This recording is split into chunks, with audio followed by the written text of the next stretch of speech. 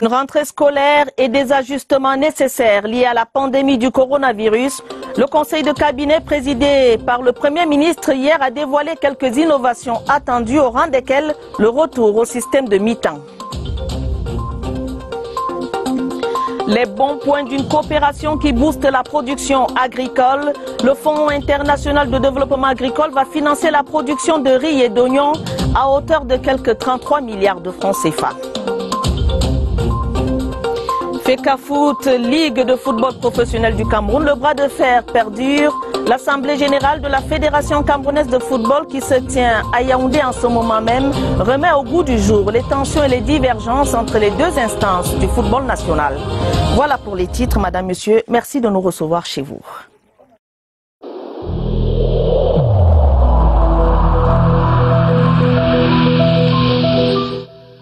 Le port du masque dans l'espace public restera obligatoire jusqu'à nouvel ordre.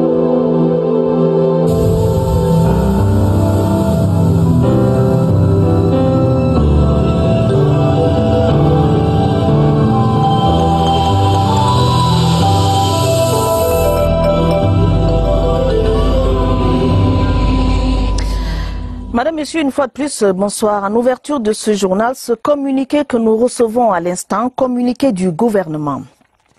Le gouvernement de la République annonce à l'opinion publique nationale et internationale que le mouvement insurrectionnel lancé par le MRC le 22 septembre 2020 dans le but affirmé de renverser les institutions de la République s'est soldé par un échec cuisant. Le gouvernement de la République voudrait saluer à cet égard la maturité et le sens des responsabilités dont a su faire preuve l'écrasante majorité de la classe politique et du peuple camerounais.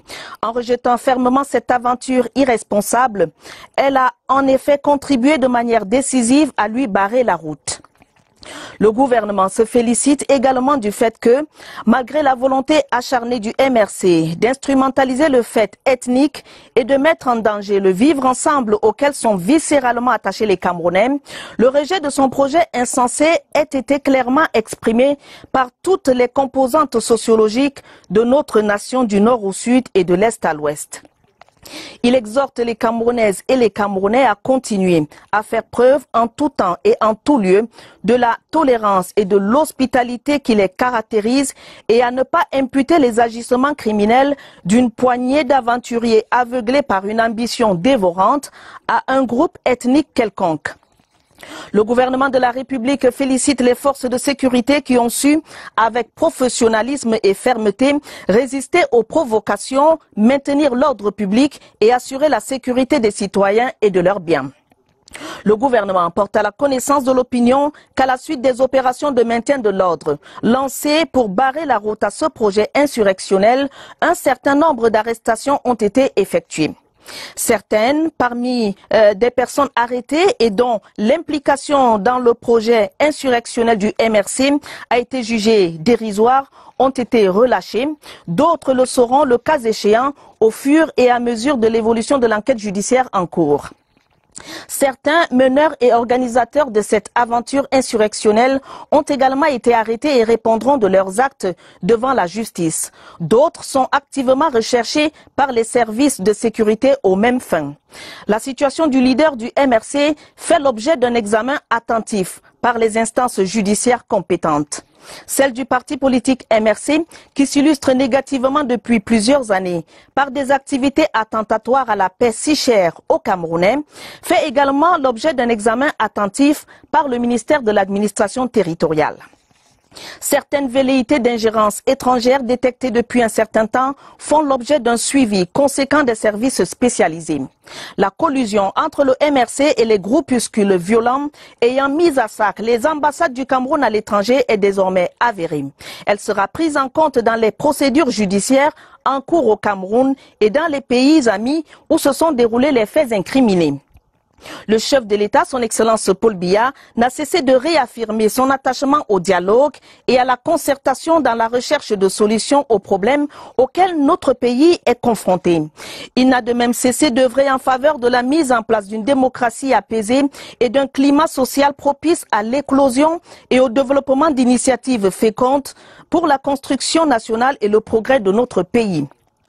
Le gouvernement de la République souligne néanmoins qu'il poursuivra fermement avec le soutien du peuple camerounais, épris de paix et jaloux de son indépendance, son action salutaire pour mettre en échec toutes les tentatives de déstabilisation intérieure et extérieure. Fait à Yaoundé ce 25 septembre 2020, le ministre de la Communication, porte-parole du gouvernement, René Emmanuel Sadi. Et pour un premier décryptage de ce communiqué, je vous annonce que nous recevrons dans ce studio, dans quelques instants, Ibrahim Chérif, le directeur central du pôle télévision à la CRTV. La suite du journal pour dire que lundi 5 octobre prochain, les élèves du primaire et du secondaire reprennent le chemin de l'école.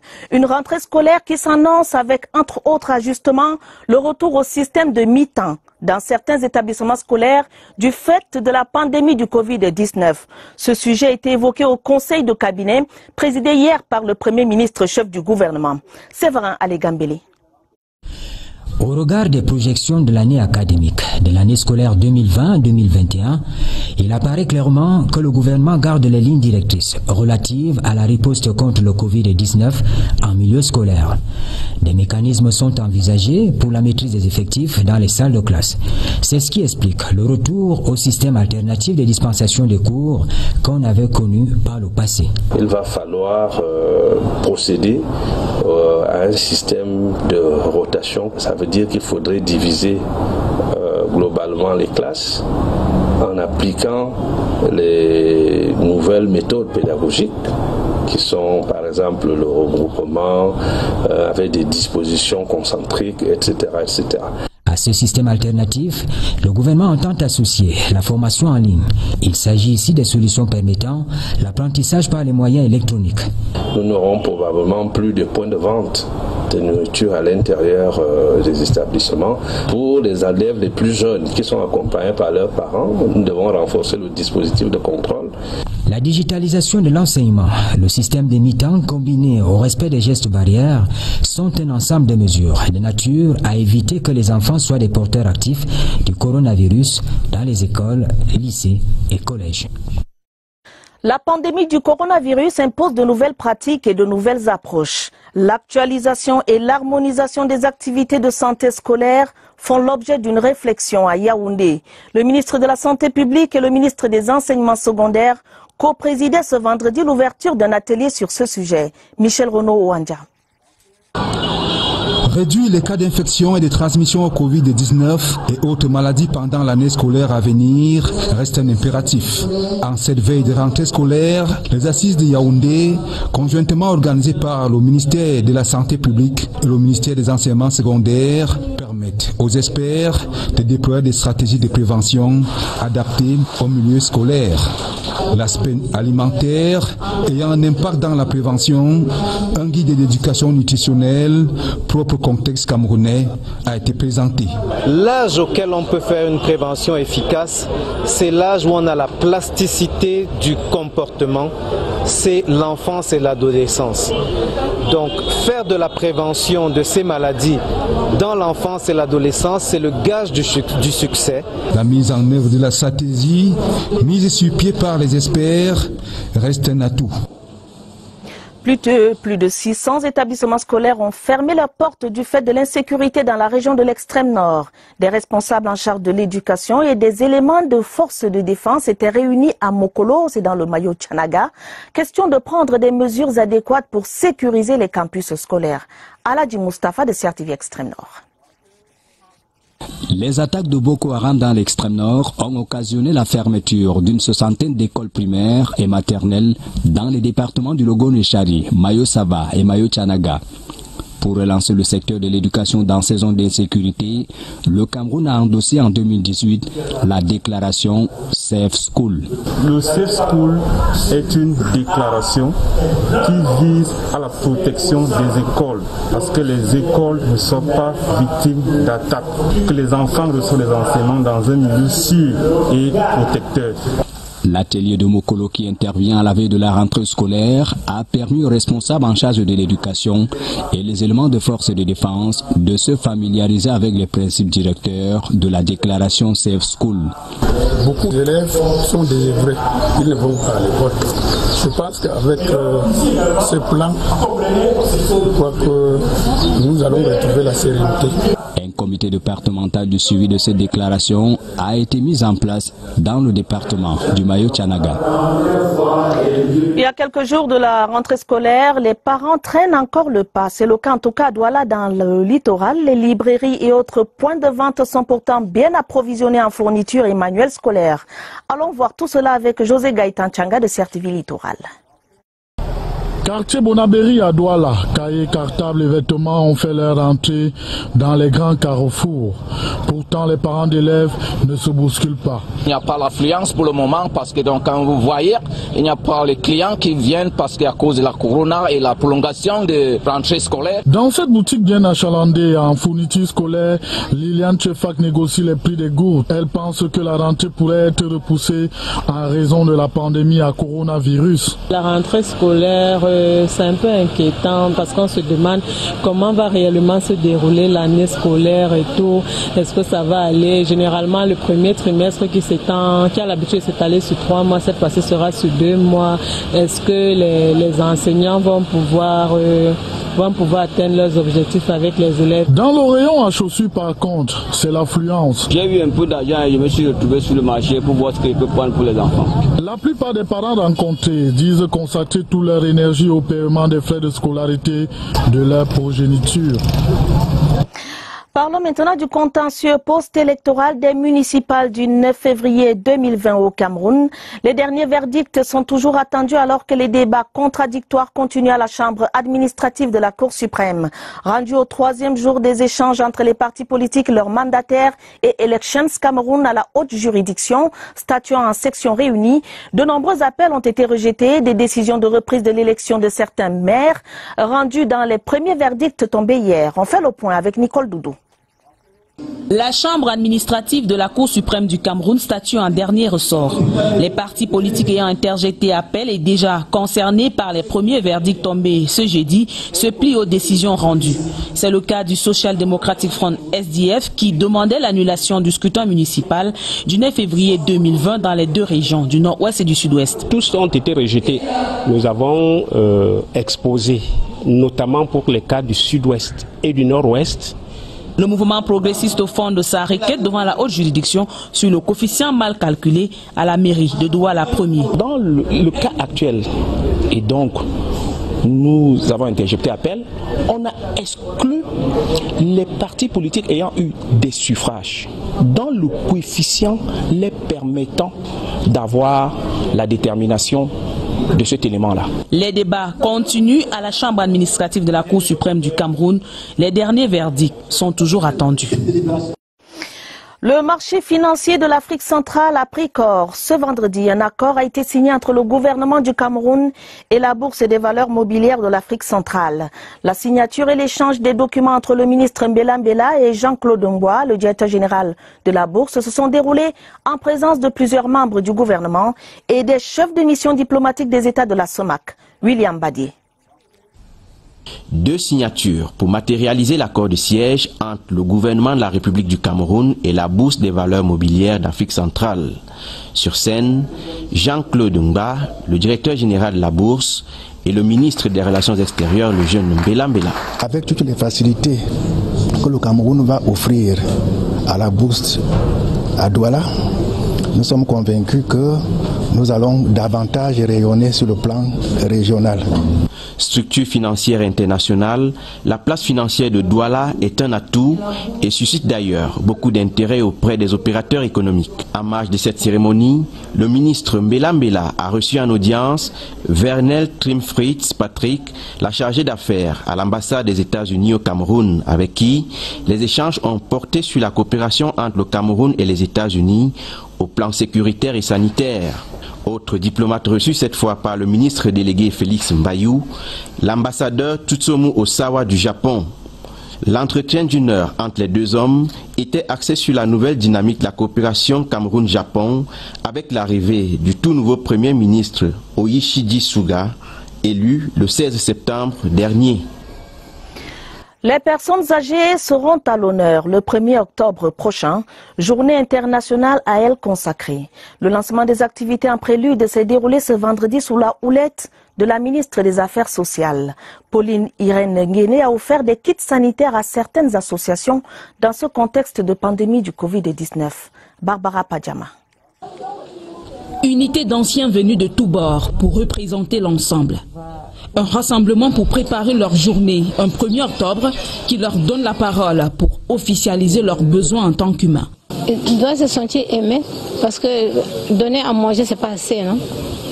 Non, nourrir les gens, c'est pas assez. Les gens ont besoin d'affection, non? Se rencontrer, mais que se sentent qu'ils existent, non? Ils reçoivent ici en cadeau une chaleur du gouvernement qui soutient leur combat contre la pandémie. Elles sont menacées par le Covid-19 en raison de leurs besoins en matière de soins ou du fait qu'elles vivent dans des environnements à haut risque tels que les institutions. C'est la raison pour laquelle nous avons pris une série de mesures visant une protection optimale du personnel, des pensionnaires des institutions spécialisées et des œuvres sociales privées, à l'instar de la suspension des visites des personnes extérieures au sein des institutions, sauf cas de force majeure. Les activités en prélude à la journée des personnes âgées prévoient des campagnes de sensibilisation et de dépistage du Covid-19 à Itoameki, chez les Sœurs de la Charité et à l'Esplanade du ministère des Affaires sociales. Le rideau est tombé ce vendredi sur la 9e édition du Salon de l'action gouvernementale, SAGO. À l'heure du bilan, l'on parle de 52 000 visiteurs et de 150 stands occupés par les administrations publiques et les entreprises privées. Le but, le tout enrichi de 8 conférences sur diverses thématiques. Pour les participants, le rendez-vous aura apporté des fruits. Cyril Kingembepe. 5 secteurs vont désormais marquer l'organisation du SAGO. C'est l'annonce forte de cette journée de clôture. Principale joie des organisateurs, la couverture médiatique assurée par la CRTV. Cette édition du Salon de l'action gouvernementale est un véritable tremplin pour nous au ministère de l'Emploi et de la Formation professionnelle, surtout dans le but de rendre davantage nos actions visibles. Les conférences ont été l'autre point fort avec une thématique de clôture, la satisfaction des usagers des services publics. On a eu beaucoup de visiteurs qui sont satisfaits déjà de la décoration du stand, qui sont satisfaits de notre présence au SAGO. Chaque année, il y a une certaine amélioration en termes d'organisation. Au départ, l'on avait l'impression qu'on n'aura pas assez du monde. Au soir du SAGO 2020, l'on note la présence de l'entreprise Pamol, partie de la zone en crise du Sud-Ouest, pour ce salon à Yaoundé. La CRTV était au cœur du Salon de l'action gouvernementale, au rendez-vous du devoir et du donner à voir. La chaîne leader a déployé sur le site des hommes et du matériel de qualité pour une retransmission de qualité. Ceci sous la supervision du directeur général Charles Ndongo. Au SAGO, comme à la maison de la radio et de la télé, voici le reportage de Aboubakar Apo. Près de 25 millions d'habitants. Difficile de les contenir tous dans ce salon-là, celui de l'action gouvernementale. S'ils ne peuvent pas venir à lui, celui-ci ira vers eux. C'est du moins l'ordre de mission assigné à la CRTV, dont les maillons ont assuré la chaîne de transmission, jusque dans les domiciles. Objectif immense, moyen à la hauteur. L'entrée du palais des sports fait de la place aux stars, les Obi-Wan. Mais c'est juste la caisse à merveille. La vraie magie, c'est à l'intérieur. De caméramens à l'affût et de techniciens concentrés. Un verbe revient, retransmettre. Oui, c'est le défi majeur. Faire vivre là-bas au plus près du réel ce qui se passe ici. Le tableau final est peint dehors, c'est le tout en un. La CRTV livre ses secrets. Services, programmes et instituts de formation. Une symphonie harmonieuse que supervise avec maestria le maître chœur, Charles Ndongo. Au salon de l'action gouvernementale, comme à la maison, la CRTV a tenu le pari.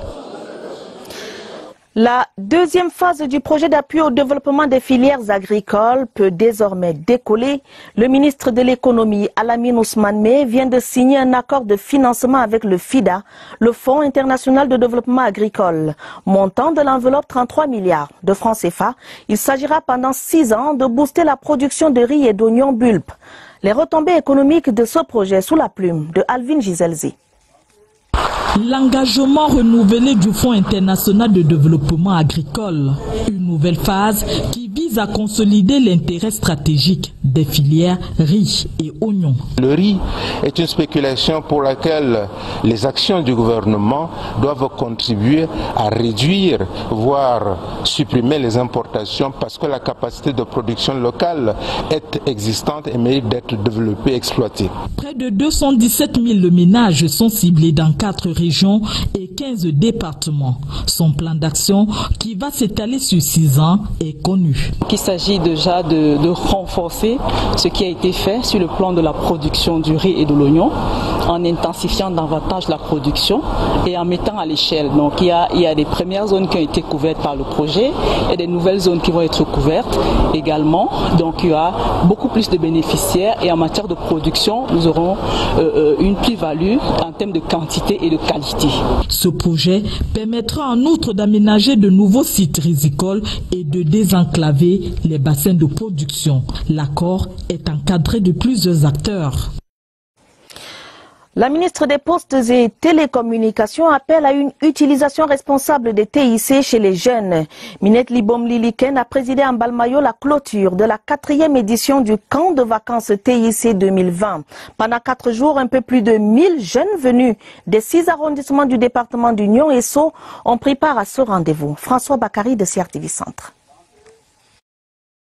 1030 jeunes venus des 6 arrondissements d'Union et Sceaux viennent d'être imprégnés sur les techniques de l'information et de la communication. Le camp de cette année a coïncidé avec l'avènement du coronavirus, d'où le thème, le téléenseignement, une réponse aux défis sanitaires, pratiques et opportunités pour les jeunes.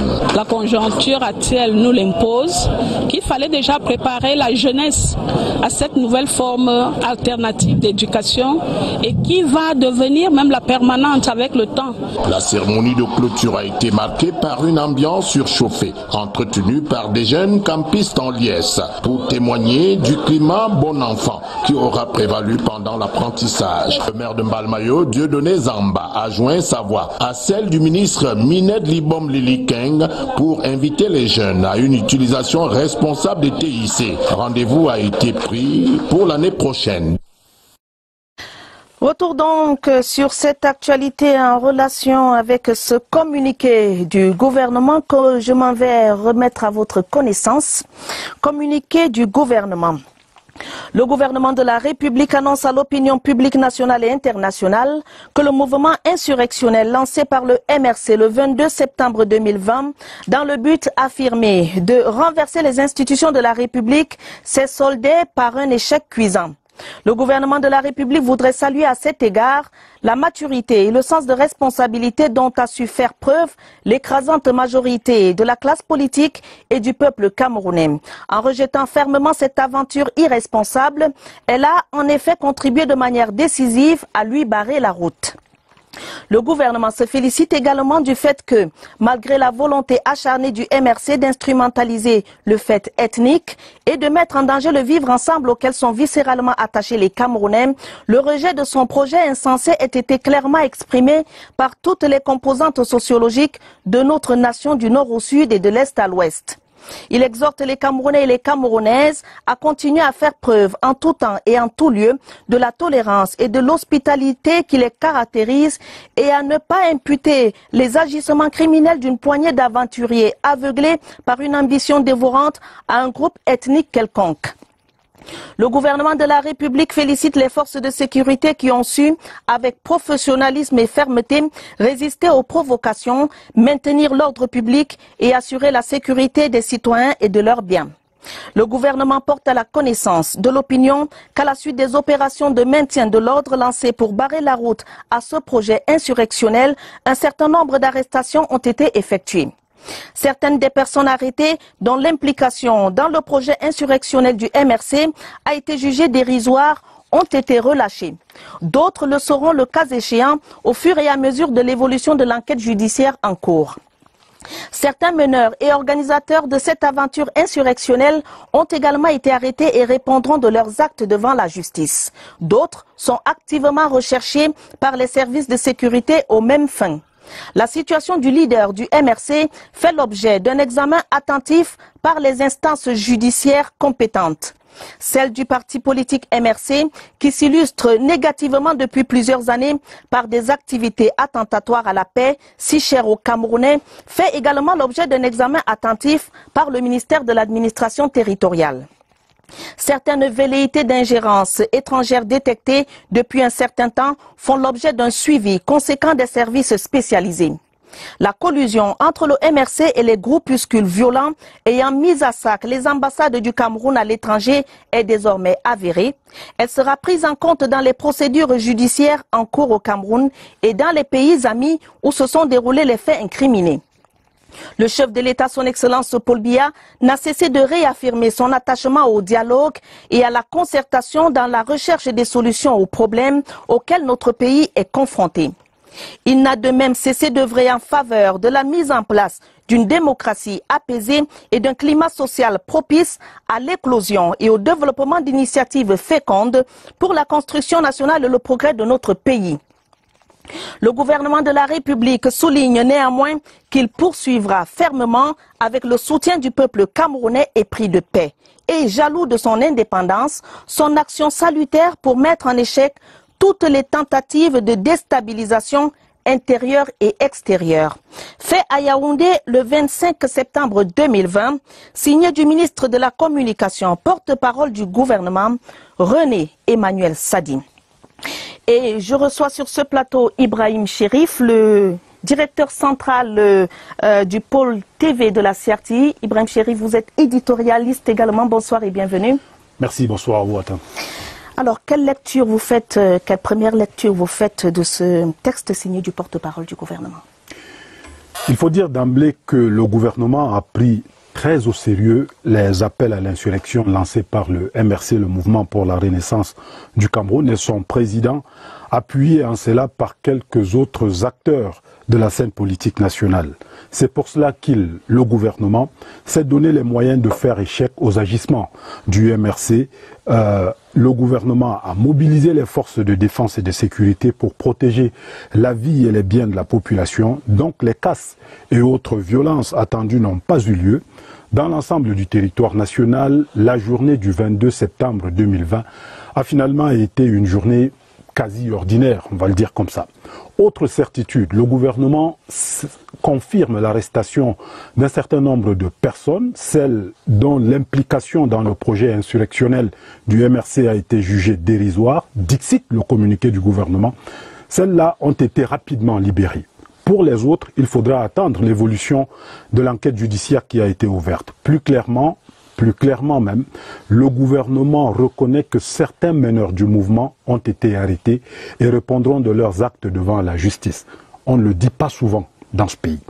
Plus clair encore, la situation du leader du MRC fait l'objet d'un examen attentif par la justice. La situation du MRC, le parti que dirige Maurice Kamto, qui est mise en cause, fait également l'objet d'un examen attentif par les services du ministère de l'administration territoriale, ici donc au Cameroun. Comprenne qui voudra. Autre certitude soulignée avec force dans le communiqué du gouvernement, la collusion avérée entre le MRC et les groupuscules violents qui s'étaient attaqués à nos ambassades à l'étranger. Vous vous rappelez l'épisode de la Basse, notamment en France, en Allemagne et quelques autres pays. En somme, on constate que c'est un gouvernement qui affronte avec beaucoup de lucidité les derniers événements survenues dans notre pays. Le gouvernement informe les Camerounais de la gestion de ces menaces. Il annonce aussi avec beaucoup de célérité les mesures déjà prises et aussi celles à venir pour rassurer les Camerounais sur le fait que malgré ces coups de boutoir, le navire Cameroun maintient lui son cap. Ibrahim Chérif, qu'en est-il de l'ingérence étrangère dans les affaires intérieures du Cameroun? On l'a vu tout au long de ces jours-ci sur les réseaux sociaux, des personnalités influentes de certains pays amis se sont prononcées sur ce qui se passe au Cameroun. Pas dans l'objectif d'apaiser les tensions, mais plus en apportant plus ou moins clairement leur soutien à ceux qui veulent mettre le feu au Cameroun. Le gouvernement en est conscient et manifestement veut se donner les moyens de tirer toutes les conséquences de ces inimitiés. On constate également que le gouvernement condamne ce qu'il a appelé la volonté acharnée du MRC d'instrumentaliser le fait ethnique. Il nous semble qu'il s'agit là d'une ligne rouge à ne pas franchir. En filigrane, on comprend que le gouvernement ne laissera personne encourager le tribalisme et instrumentaliser, comme il dit, son appartenance à telle ou telle autre ethnie du Cameroun. Il est heureux que l'échec des marches insurrectionnelles donne suffisamment de force à l'État pour se constituer en digue infranchissable pour ceux qui pensent que le fait ethnique peut être un tremplin dans la lutte pour la conquête du pouvoir au Cameroun. Le vivre ensemble dont on parle tous les jours dans notre pays ne doit pas être qu'un slogan. Il faut se donner les moyens de l'imposer aux Camerounais. C'est la fameuse unité nationale à laquelle nous ont toujours appelés et le premier et le deuxième président de la République du Cameroun, Amadou Ahidjo, Paul Biya. Merci Ibrahim Chérif, éditorialiste, directeur central du pôle TV à la CRTV. Merci pour tous ces éclairages. Merci, je vous en prie. La suite du journal pour parler de paix justement. Les musulmans du Mfundi sont mendiants de la paix et de la stabilité au Cameroun. Ils l'ont redit au cours de la grande prière ce vendredi. C'était à la grande mosquée centrale de la Briqueterie. Des intentions élevées pendant le sermon de l'imam Harouna Mohamed Aboubakar pour le Cameroun et les dirigeants qui incarnent les institutions. Étienne Pascal Azégué. La grande prière de ce vendredi est particulière à la mosquée centrale de la Briqueterie. Les fidèles de la communauté musulmane du Mfundi rendent gloire à Allah pour sa main protectrice qu'il ne cesse d'étendre sur le Cameroun. On a une obligation communautaire de soutenir l'action gouvernementale. Les actions politiques se passent dans les élections et non dans la rue. Donc nous demandons à toute la communauté musulmane du Cameroun d'être soutenue et sereine dans la paix. Le thème du sermon prononcé par l'imam Harouna Mohamed Aboubakar épouse bien les intentions pieuses des fidèles qui font résonner les sirènes de la paix. Sans la paix, nous ne pouvions jamais vaquer à nos occupations, à nos prières. Et quand Allah nous fait grâce de ce genre de dons, nous devrons beaucoup le remercier. Ils sont donc tous mendiants de la paix, comme gage de prospérité, de vivre ensemble et de sécurité dans le monde, et plus particulièrement au Cameroun.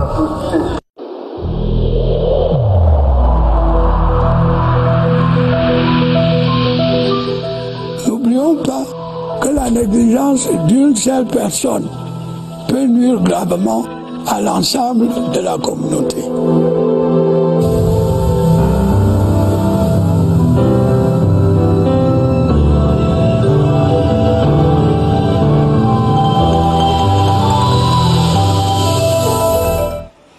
La riposte anti-Covid-19 au Cameroun pour dire que la surveillance épidémiologique se poursuit, c'est à l'effet d'éviter une nouvelle flambée au lendemain de la petite accalmie actuelle.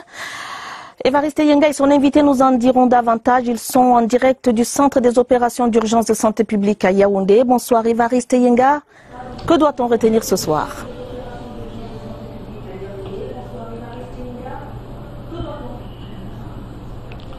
Bonsoir à Tabadine, Omar. C'est une situation de veille permanente que font en ce moment les autorités sanitaires du Cameroun. Une situation de veille sanitaire pour soupçonner, pour percevoir et parer éventuellement une deuxième flambée de l'épidémie. Et cette surveillance épidémiologique tient compte aussi des variations climatiques de la météo. Question ce soir, est-ce que les écarts de température peuvent avoir un impact impact sur l'évolution de la maladie. Question adressée à notre expert de ce soir, c'est Estelle Peggy Fengan.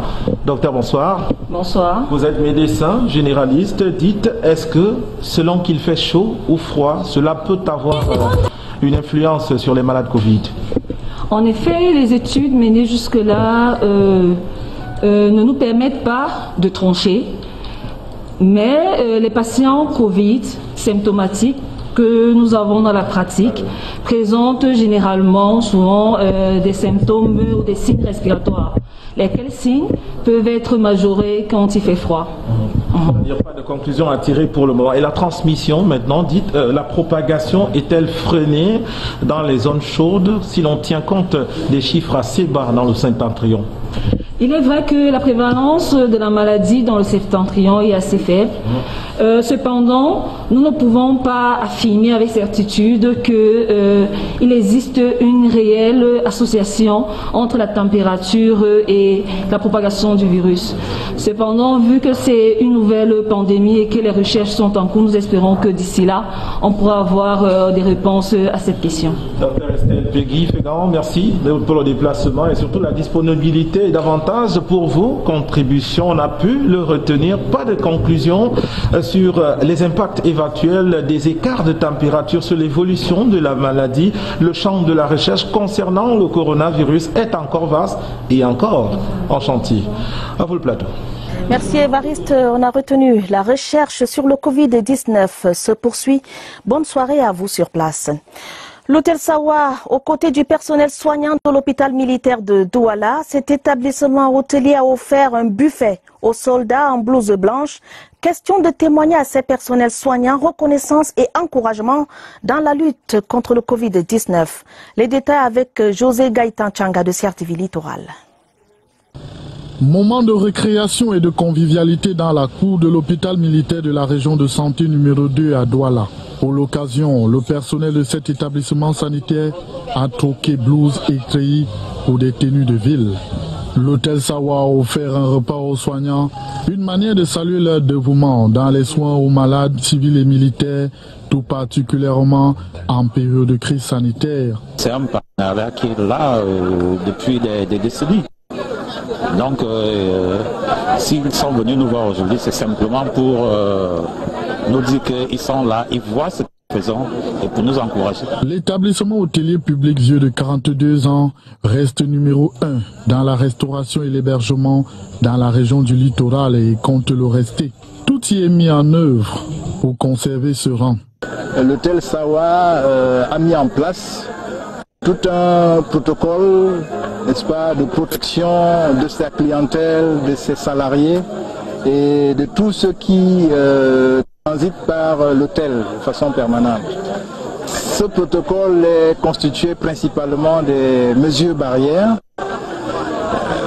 dont la distribution des masques à notre clientèle, la mise à disposition dans tous les lieux publics de l'hôtel des gels hydroalcooliques, la désinfection totale de l'hôtel à 2 reprises pour, n'est-ce pas, nous prémunir contre toutes les bactéries éventuelles.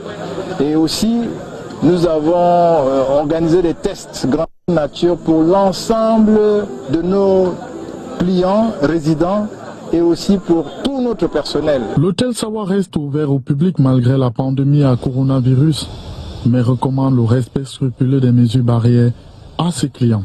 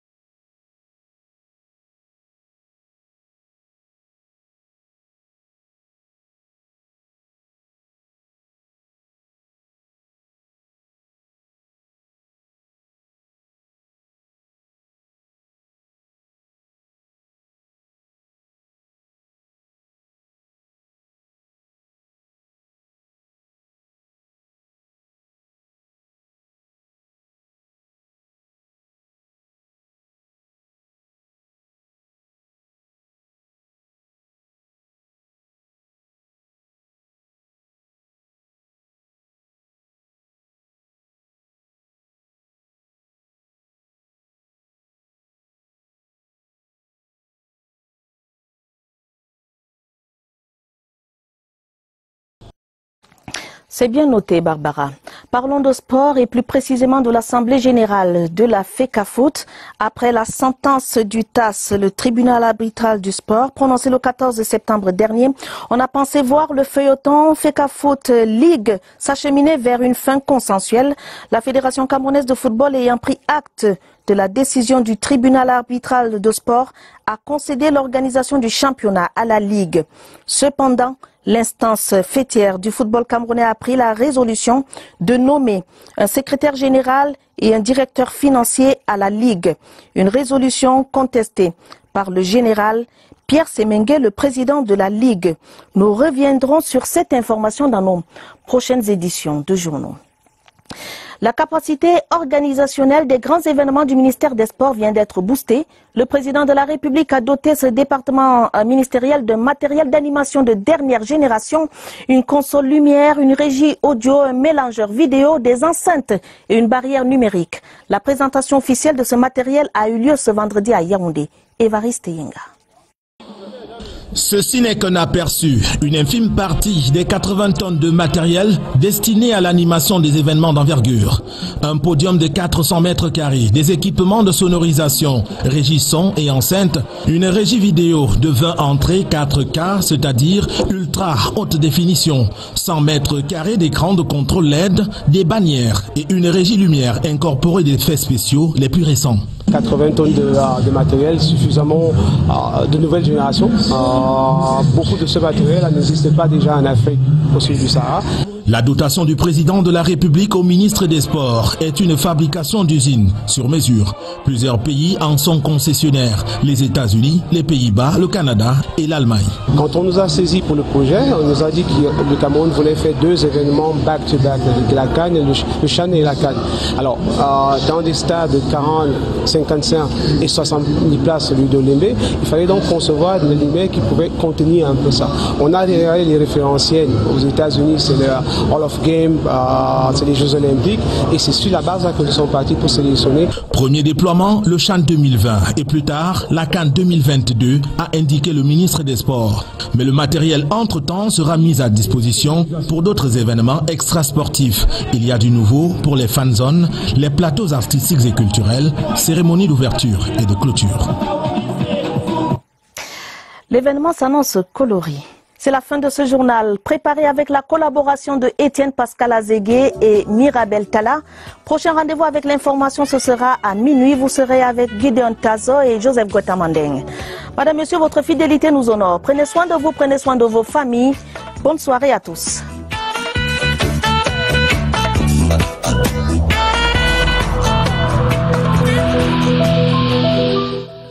Il est essentiel que les mesures qui ont été indiquées soient absolument respectées par chacun de nous. Lavez-vous régulièrement les mains à l'eau et au savon ou à l'aide d'un gel hydroalcoolique. Restez à au moins 1 mètre de distance des autres personnes, surtout si elles toussent, éternuent ou ont de la fièvre. Si vous avez de la fièvre, de la toux ou des difficultés à respirer, consultez un médecin.